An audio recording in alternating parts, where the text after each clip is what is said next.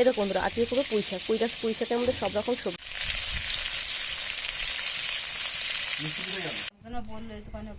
মাছের মাথাগুলো ভেজে তুলে নিয়েছি, দিয়ে দিচ্ছি শুকনো লঙ্কার পাঁচফোড়ন ফোড়নে। এবার দিয়ে দিচ্ছি সবজিগুলো।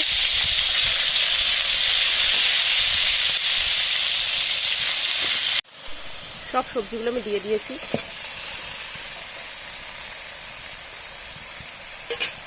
এবার দিয়ে দেবো এর মধ্যে লবণ দিলে মজে কিছুটা কমে আসবে। এর মধ্যে সবজি আছে পুঁই শাক, বটবটি, কুমড়ো, পটল, আলু আর আছে লাল আলু। দিয়ে দিচ্ছি লবণ। আমি হলুদটা একটু পরেই দেবো।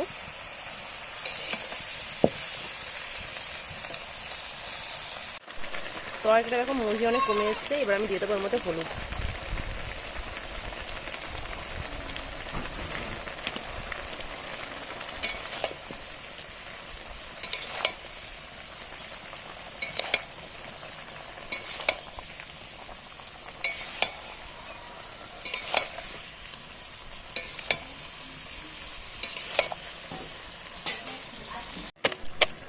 আমি কিন্তু মাছের মাথাগুলো এরকম করে একটু নোড়া দিয়ে ভেঙে নিলাম।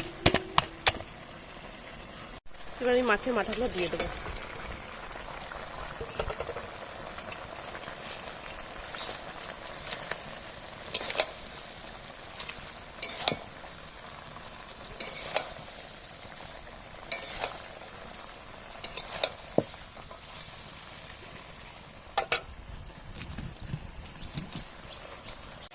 এবার আমি দিচ্ছি এর মধ্যে কিছুটা আদা বাটা,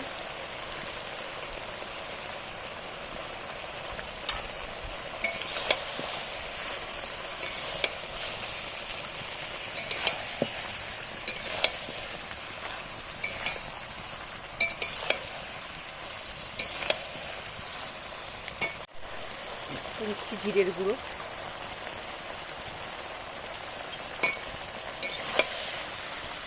আবারও ভালো করে নেড়ে কষিয়ে নেব।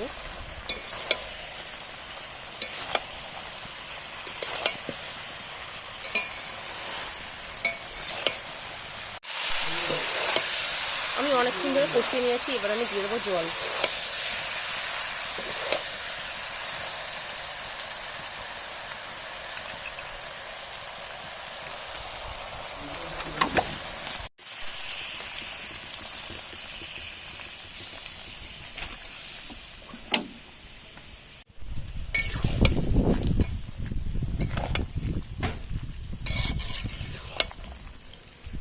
জলটা অল্প করেই দিলাম, যেহেতু আমি অনেকক্ষণ ধরে কষিয়ে নিয়েছি তাই জলটা অল্প করে দিয়েছি। এবার আমি দিচ্ছি এর মধ্যে কিছুটা চিনি।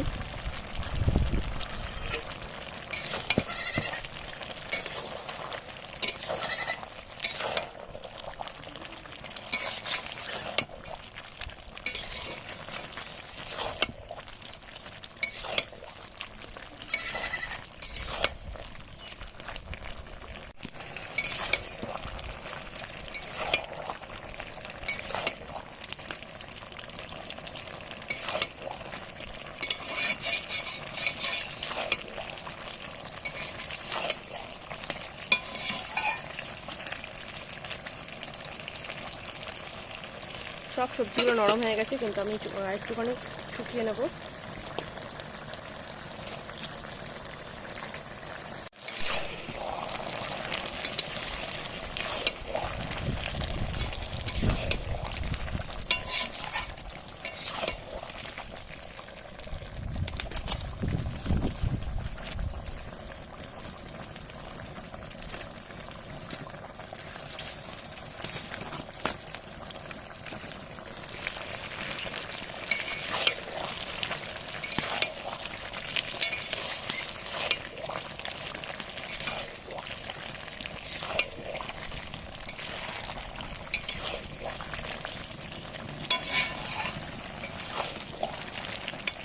মাছের মাথাগুলো সব ভালো মতন একসাথে মিশে গেছে।